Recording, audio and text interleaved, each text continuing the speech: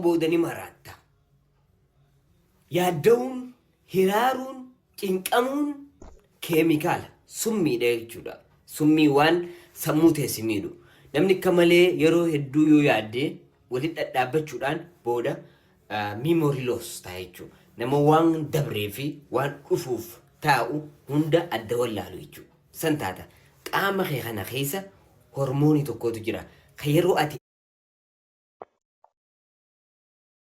aarte qaamni kee aara kee kana kontirool godhuudhaaf dhiiga kee keessatti gallakkisu.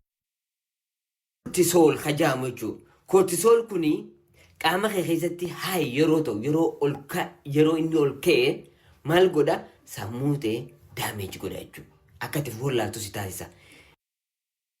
Kortisool kuni istiroidii gilaad jaamuudhaan beekama. Inni kuni halee ta'e gama gubbaa bitaa fi mirgaa irratti achirratti argama. Isaantu oomishaa jechuudha. Kana qaama kee keessatti qaamni kee gallakkisa.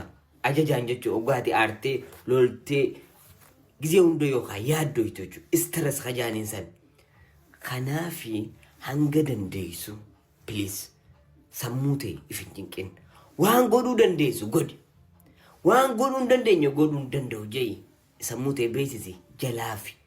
Waan dogongoraan gootee jiruu ta'e keessa dabre bira kuti. Maaliif fayyaateeti yoo ati jiraatte waan dabree miti waan ganaa dhufaa jiru hunda godhuu dandeessa. Fiduu dandeessa. Bareechuu dandeessa. Tolfachuu dandeessa. Garuu ati jiraachuudha wanni guddaan. Waan si yaachisu qabu waan dabreef sheenaa waan jaamusan dhiisi. Waan dogongortirraa waan balleessitirraa yookaan waan irra miidhamtirraa waa baradhu.